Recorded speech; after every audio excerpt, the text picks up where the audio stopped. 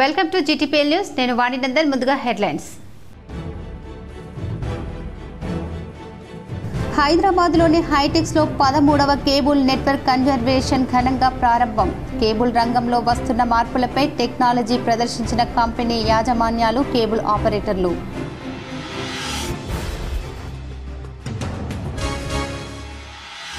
ఎడపల్లి మండలంలోని కూర్నాపల్లి గ్రామంలో కలెక్టర్ వినయ్ కృష్ణారెడ్డి ఆకస్మిక తనిఖీలు. ఫాగింగ్ చేయించడంలో నిర్లక్ష్యం వహించిన కార్యదర్శిపై ఆగ్రహం.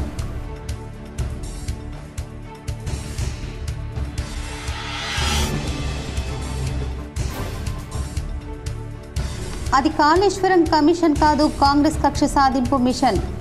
కేసీఆర్ పనితీరుపై కాంగ్రెస్ది ఓర్వలేనితనం. బీఆర్ఎస్ నిజామాబాద్ జిల్లా అధ్యక్షుడు ఆర్మూర్ మాజీ ఎమ్మెల్యే జీవన్ రెడ్డి ప్రకటన.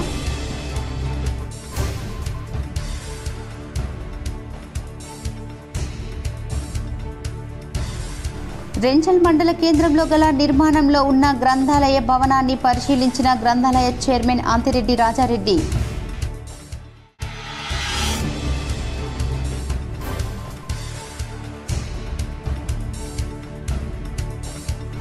కాళేశ్వరం ప్రాజెక్టుపై బీఆర్ఎస్ శ్రేణులకు పవర్ పాయింట్ ప్రజెంటేషన్ ఇచ్చిన మాజీ మంత్రి హరీష్ రావు. పాల్గొన్న మాజీ మంత్రి బాల్కొండ ఎమ్మెల్యే ప్రశాంత్ రెడ్డి. హైదరాబాద్లోని హైటెక్స్లో 13వ CNC cable network convergence exhibition ఘనంగా ప్రారంభమైంది. హైదరాబాద్లోని హైటెక్స్లో 13వ CNC cable net convergence exhibition ఘనంగా ప్రారంభమయ్యాయి. ఈ ఎగ్జిబిషన్ నేటి నుంచి 7వ తేదీ వరకు జరుగుతుందని సిఎన్సి అధికారులు తెలిపారు. ఈ సందర్భంగా తొలి రోజు మంగళవారం జ్యోతి ప్రజ్వలన చేసి ఈ ఎగ్జిబిషన్ ప్రారంభించారు. మారుతున్న సాంకేతికత కేబుల్ నెట్వర్క్ విస్తరణపై, దేశంలోని ప్రముఖ నెట్వర్క్ టెక్నాలజీపై ఎగ్జిబిషన్లో పాల్గొన్నారు. అలాగే పెద్ద ఎత్తున కేబుల్ ఆపరేటర్లు హాజరయ్యారు. ఈ కార్యక్రమంలో జీటీపీఎల్ కేబుల్ నెట్వర్క్ ప్రతినిధులు, పయోనీరా డిజిటల్, ఆర్వీఆర్, ఫైబర్, రేడియేషన్, సిరోటిక్ తదితర కంపెనీల అధికారులు, కేబుల్ ఆపరేటర్లు పాల్గొన్నారు. ఎడపల్లి మండలం కూర్నాపల్లి గ్రామంలో కలెక్టర్ టి వినయ్ కృష్ణారెడ్డి ఆకస్మికంగా తనిఖీలు జరిపారు. ముందుగా పల్లె దవాఖానాను కలెక్టర్ తనిఖీ చేసి నిర్వహణ తీరును పరిశీలించారు. సిబ్బంది హాజరు, అవుట్ పేషెంట్ల రిజిస్టర్ను తనిఖీ చేశారు. టీబీ ముక్త్ భారత్ అభియాన్ అమలుతో పాటు సీజనల్ వ్యాధుల నియంత్రణకు చేపడుతున్న చర్యల గురించి ఆరా తీశారు. గ్రామంలో ఇతర ప్రాంతం నుండి వచ్చిన ఒకరికి డెంగ్యూ వచ్చిందని ఆరోగ్య కార్యకర్త శైలజ కలెక్టర్ దృష్టికి తెచ్చారు.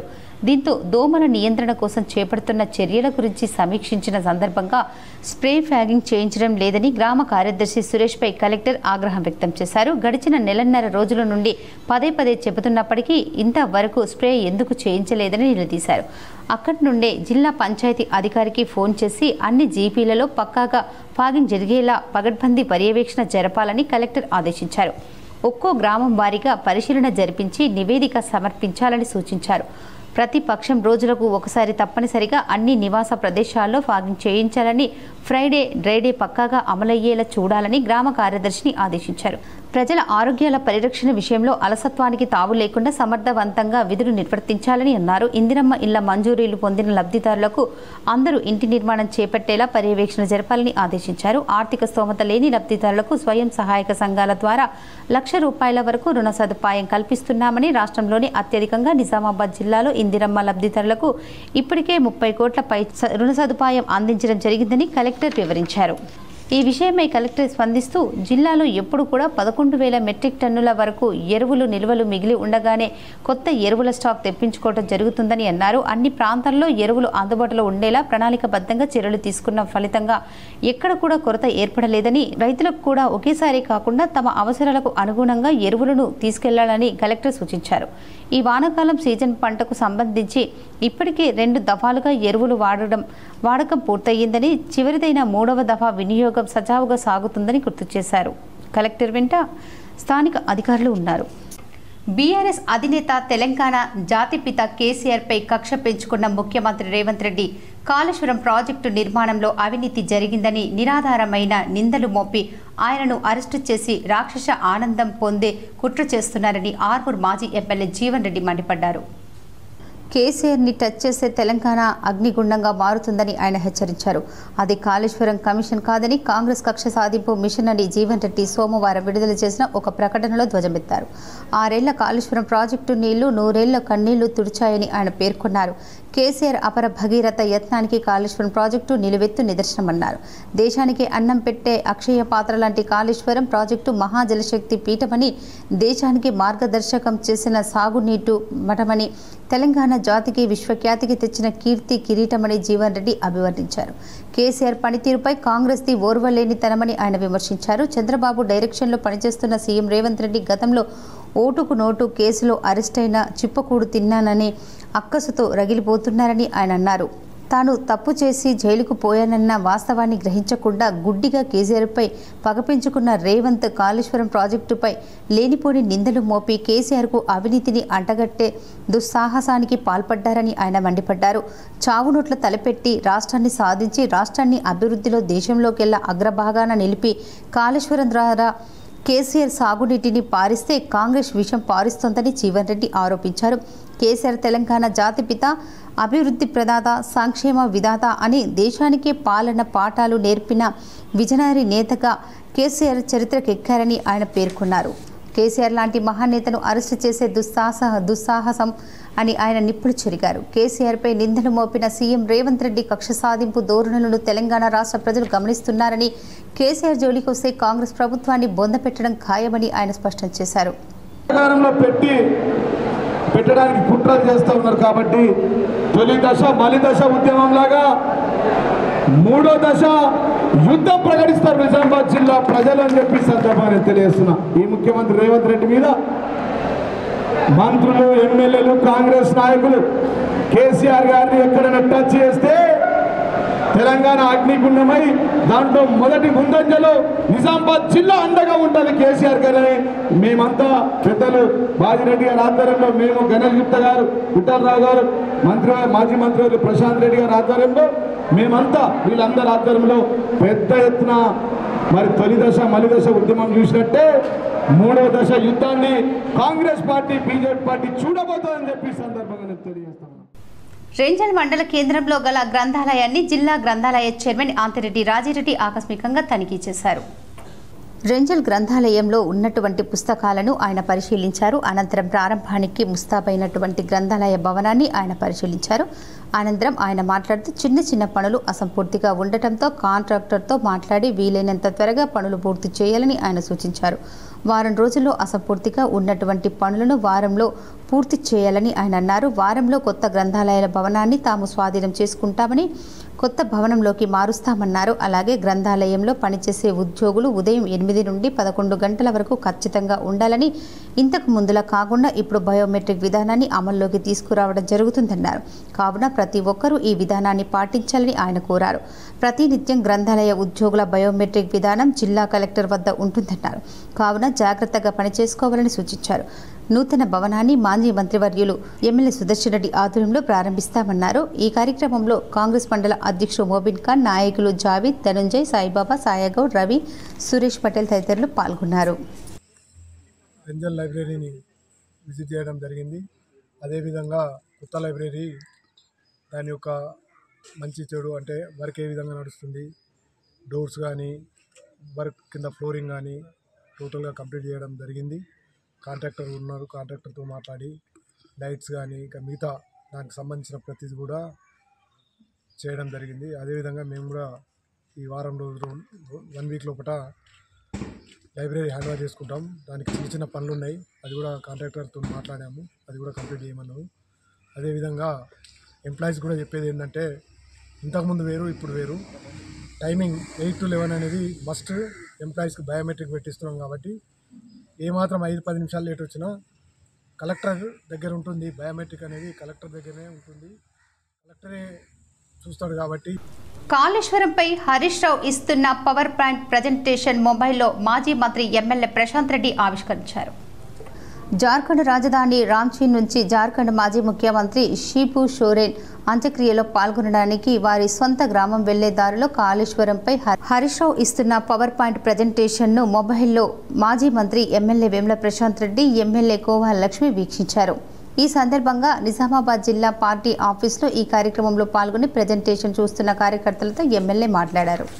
కిసాన్ నగర్ లయన్స్ భవనంలో కంటి వైద్య శిబిరానికి విశేష స్పందన లభించింది.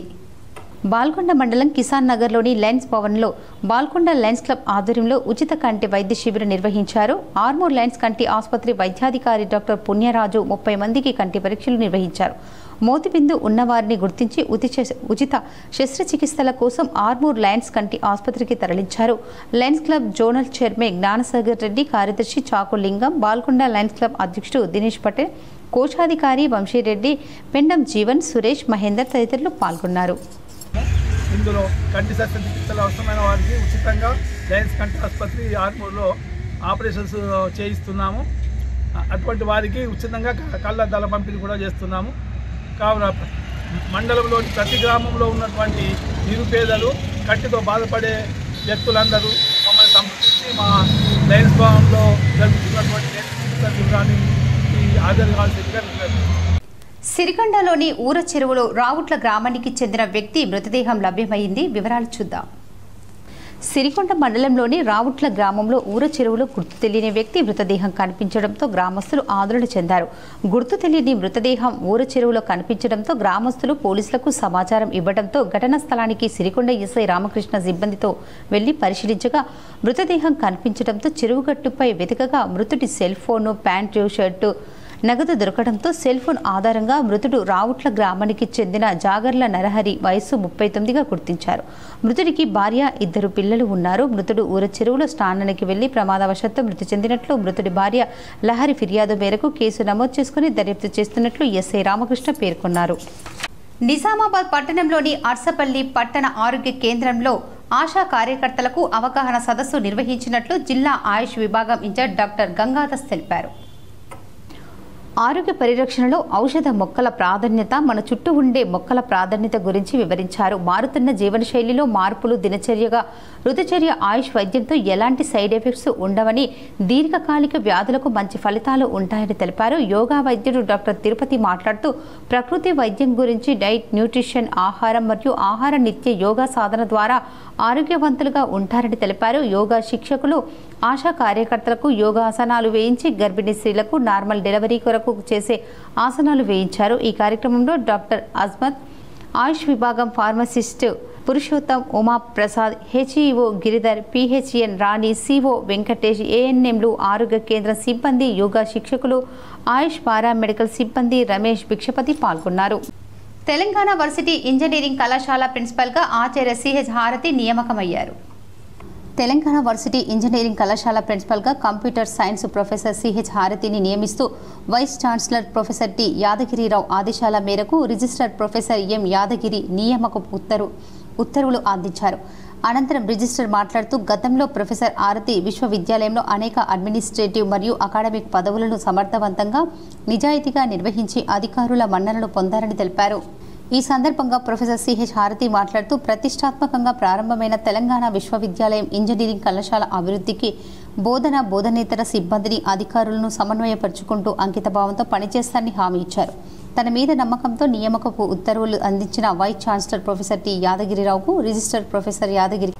రెంజల్ మండల కేంద్రంలో లబ్ధిదారులకు కాంగ్రెస్ నాయకులు సీఎంఆర్ఎఫ్ చెక్కులు పంపిణీ చేశారు. రెంజల్ మండల కేంద్రంతో పాటు నీలా గ్రామానికి చెందిన 3 లబ్ధిదారులకు 78,000 రూపాయలు సీఎం రిలీఫ్ ఫండ్ చెక్కులను కాంగ్రెస్ పార్టీ మండల అధ్యక్షుడు మోబిన్ ఖాన్ తన చేతుల మీదుగా అందజేశారు. అనారోగ్యంతో బాధపడుతున్న వారికి తమ వంతు ఆర్థిక సహాయం చేస్తున్నటువంటి మాజీ మంత్రి సుదర్శన్ రెడ్డికి ఆయన కృతజ్ఞతలు తెలిపారు. ఈ సందర్భంగా ఆయన మాట్లాడుతూ కాంగ్రెస్ పార్టీ అధికారంలోకి వచ్చిన వెంటనే అనేక రకాల సంక్షేమ పథకాలను అమలు చేయడం జరిగిందన్నారు. ముఖ్యంగా నిరుపేదలకు ఇందిరమ్మ ఇల్లు రావడంతో గ్రామాలలో ప్రజలు ఎంతో ఆనందంగా ఉన్నారని ఆయన అన్నారు. అంతేకాకుండా నిరుపేద ఆడపడుచులకు కళ్యాణ లక్ష్మి, షాదీ ముబారక్ వంటి పథకాలతో పాటు గత ప్రభుత్వం 10 సంవత్సరాలు అధికారంలో ఉండి ఒక్కరికి కూడా రేషన్ కార్డులు, ఇండ్లు మంజూరు చేయలేదని ఆయన ఎద్దేవా చేశారు. కాంగ్రెస్ ప్రభుత్వం అధికారంలోకి వచ్చిన వెంటనే ఇచ్చిన మాట ప్రకారం 200 యూనిట్ల వరకు ఉచిత విద్యుత్, మహిళలకు ఉచిత బస్సు ప్రయాణం, గ్యాస్ సిలిండర్పై సబ్సిడీ మరియు రైతు భరోసా వంటి అనేక పథకాలను అమలు చేయడం జరుగుతుందని ఆయన అన్నారు. ఈ కార్యక్రమంలో కాంగ్రెస్ మండల నాయకులు జావీద్, ధనుంజయ్, సాయగౌడ్, సాయిబాబా గౌడ్, శేఖర్, రవి, సురేష్ పటేల్ తదితరులు ఉన్నారు. రావడానికి కారకులవుతున్న మా ప్రియతమ నాయకుడు సుదర్శన్ రెడ్డి గారికి మా కార్యకర్తల తరఫున మరి ఈ లబ్ధిదారుల తరఫున ధన్యవాదాలు తెలుపుతూ ఈ రకమైన సహాయ సహకారాలు ఎప్పుడు కూడా కాంగ్రెస్ పార్టీ ముందంజలో ఉంటుందని, అన్ని విషయాలలో సీఎం సహాయ నిధి కానీ, కళ్యాణ లక్ష్మి షాదీ ముబారక్ కానీ, డబుల్ బెడ్రూమ్ల విషయంలో అయితే మండలంలో మీరు ముఖ్యంగా విలేకరులందరూ వెళ్ళి చూడండి ఎంత సంతోషంగా ఉన్నారో బెనిఫిషియర్స్. ఈరోజు లబ్ధిదారులు ఇంద్రమ్మ లబ్ధిదారుల దగ్గరికి వెళ్తే ప్రతి ఒక్కళ్ళు బేస్మెంట్ కంప్లీట్ కాగానే నాకు ₹1,00,000 పడ్డాయి, ఎలాంటి ఆటంకాలు లేకుండా సంతోషంగా నేను ₹1,00,000 నా ఖాతాలో రావడం జరిగిందని చెప్పి సంతోషం వ్యక్తం చేస్తూ ఉన్నాను. ఈ రకమైన పాలన, ప్రజాపాలన, ప్రజల వద్దకు కాంగ్రెస్ పార్టీ పాలన ఈ తెలంగాణ రాష్ట్రంలో నడుస్తుంది. చుట్టుపక్కల ఉన్న రాష్ట్రాలలో కేంద్రంలో బియ్యం విషయంలో చాలా మాట్లాడుతూ ఉంటారు జనాలు. ఈరోజు సన్న బియ్యం విషయంలో మీరు ప్రజల దగ్గరికి వెళ్ళి చూడండి.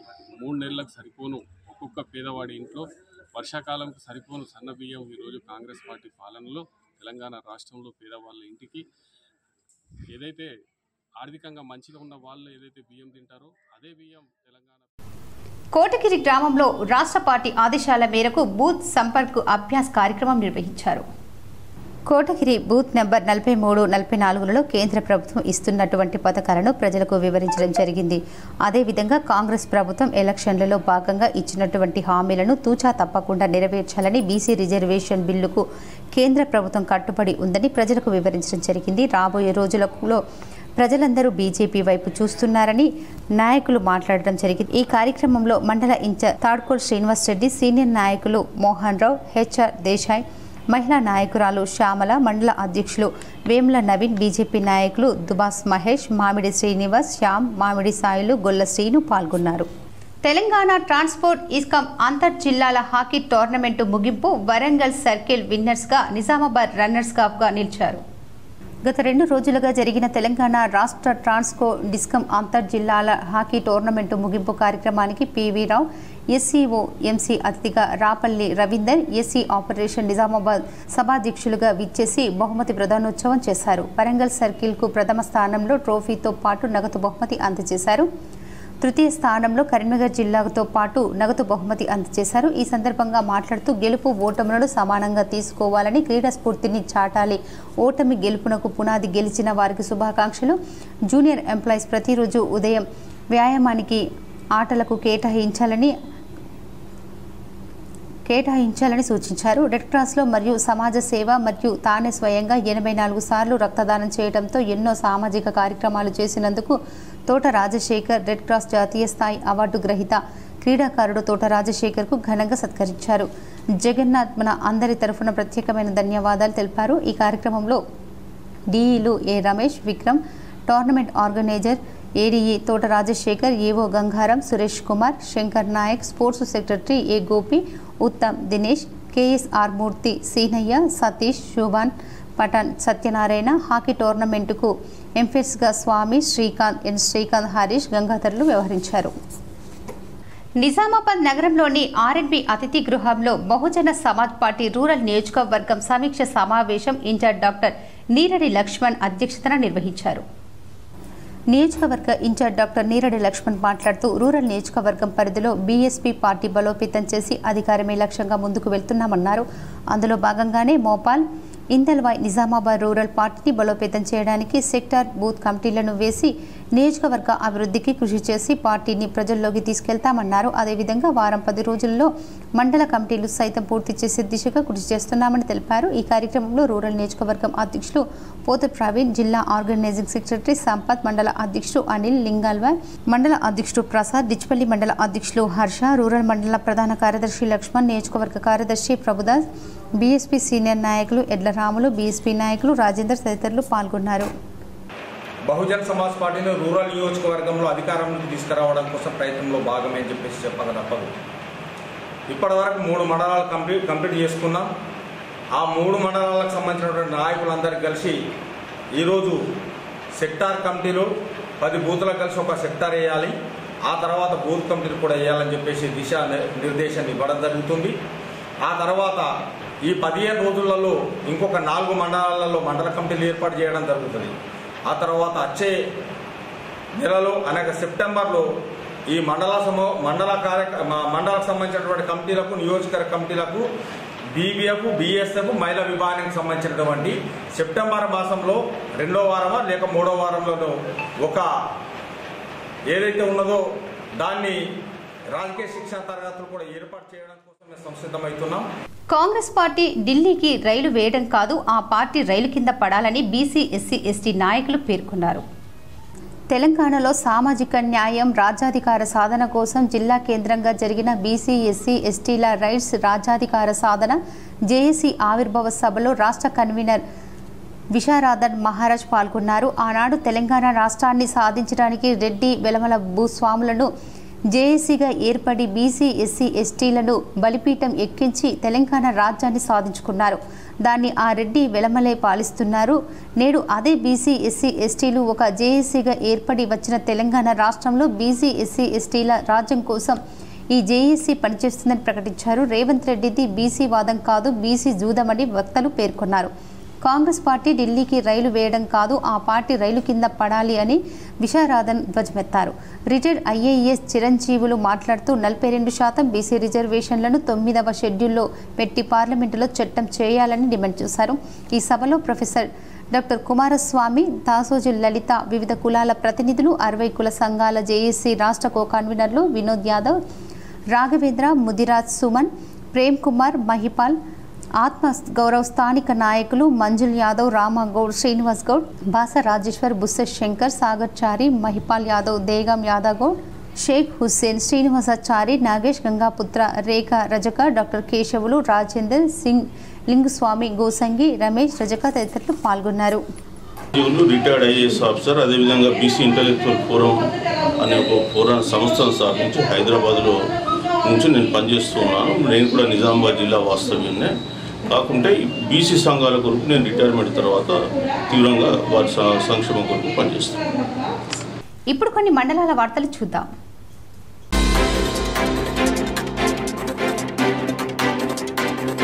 నిర్మల్ జిల్లా లోకేశ్వరం మండలం పిప్రి గ్రామానికి చెందిన రాములు ఆర్ఎంపీ డాక్టర్ కూతురు అయిన జి వైష్ణవి ఎంబీబీఎస్ విద్యను అభ్యసిస్తున్న పుట్టిన రోజున విచ్చలవిడిగా ఖర్చు చేయకుండా ఆర్థిక సహాయం రూపంలో అన్నదాన కార్యక్రమాన్ని నిరుపేదల కడుపు నింపాలని దృఢ నిశ్చయంతో ఈరోజు food bank Bhainsa chairman Anjaneyulu ఆధ్వర్యంలో నిజామాబాద్ జిల్లా మాగ్లూరు మండలం మరియు నిజామాబాద్ చుట్టుపక్కల గల యాచకులకు, నిరుపేదలకు దాదాపు 60 మందికి అన్నదానం చేయడం చాలా సంతోషంగా ఉందని రాములు ఆర్ఎంపీ డాక్టర్ పేర్కొన్నారు.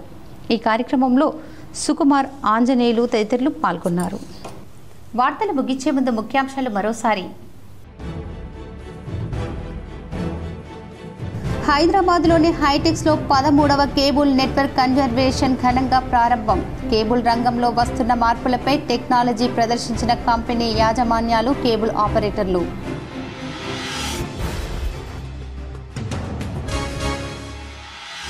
ఎడపల్లి మండలంలోని కూర్నాపల్లి గ్రామంలో కలెక్టర్ వినయ్ కృష్ణారెడ్డి ఆకస్మిక తనిఖీలు.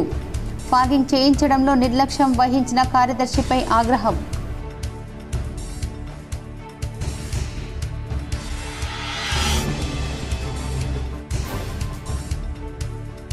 అది కాళేశ్వరం కమిషన్ కాదు, కాంగ్రెస్ కక్ష సాధింపు మిషన్. కేసీఆర్ పనితీరుపై కాంగ్రెస్ది ఓర్వలేనితనం. బీఆర్ఎస్ నిజామాబాద్ జిల్లా అధ్యక్షుడు ఆర్మూర్ మాజీ ఎమ్మెల్యే జీవన్ రెడ్డి ప్రకటన.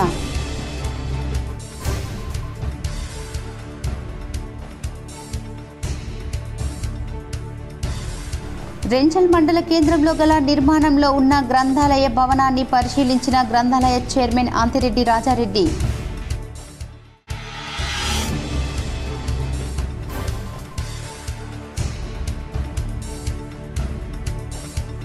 కాళేశ్వరం ప్రాజెక్టుపై బీఆర్ఎస్ శ్రేణులకు పవర్ పాయింట్ ప్రజెంటేషన్ ఇచ్చిన మాజీ మంత్రి హరీష్ రావు.